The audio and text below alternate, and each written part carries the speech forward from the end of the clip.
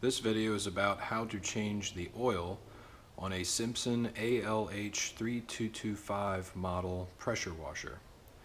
This model is equipped with the Kohler 3000 series 6.5 horsepower 196cc engine number SH265.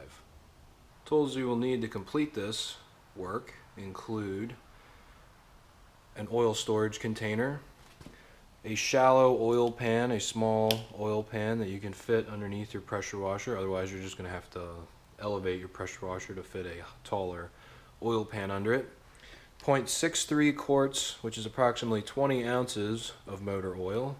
It takes an SAE 30 weight, straight 30, not a multi-weight oil. I'm going to be using Supertech, which is a brand distributed by Walmart. This is from what I understand, an ExxonMobil product, and it meets the latest API service grade SN. You'll also need a 10mm socket or wrench and a funnel, and then either a rag or some paper towels to wipe up any excess oil that may spill or just drip on your machine. Alright, so the first thing you need to do is locate the oil drain plug, which is this guy right here, and they've got a little opening in the frame so that way the oil can drip right down through there. So I'm going to take my little bowl here. I like to save any old plastic cereal bowls and things like that for putting parts in while I'm working, or something like this. So I need a small oil pan. I'm just going to position that under there, and then I'm going to get my 10mm wrench. I've got one of these ratcheting types, and I'm going to,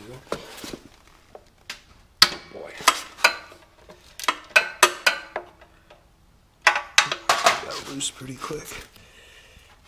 Try to get this thing out. Alright, now the oil's pretty much drained all the way out, and with this one I didn't start and run the engine just simply because being a pressure washer, you have to have a hose hooked up to it, and then you get water all over the place, and it just turns into a mess. So it takes a little bit longer since the oil's a little bit thicker and not warmed up, but it's all drained out. So now once that happens, you just take your drain plug, and this is a good time if you have any debris, wipe any extra debris off and put your filler plug back in, your drain plug back in. Once you have your oil drain plug put back in, then you come over to the other side. This is very strange on this engine. It has two oil plugs, fill plugs, but this one's more accessible for putting my funnel on there. I don't have a very long funnel, so I'm going to be using this side. So then you just simply unscrew the oil dipstick fill plug, set that over there. Then you take your funnel, and with your funnel you want to first wipe it out with a paper towel or a rag to get any excess debris that might have been in there from just sitting around on the shelf, or if there's any old contaminants in there, or oil or antifreeze, you don't want to put that all in your engine. So then you take your funnel, you put it in there, and then we're going to dump our 20 ounces of motor oil in. Now most likely it's going to be a little bit overfilled by doing that, because there's always a little bit of oil left in the engine even after you drain it, just because it's thick. It can take some time to drain out completely.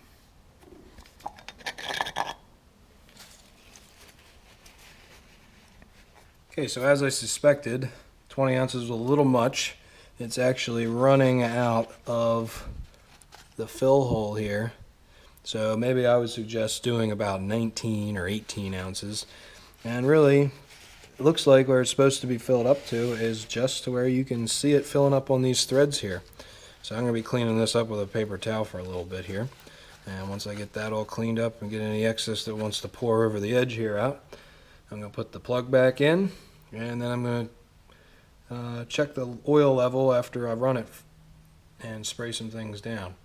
So now that I got the excess oil cleaned up and had to drain out about an ounce or so to get that thing so it wasn't dripping, I got the plug in, And before I put the plug in, I just sort of wiped it off with a paper towel, get any little bit of debris that might have gotten on there when I took it off.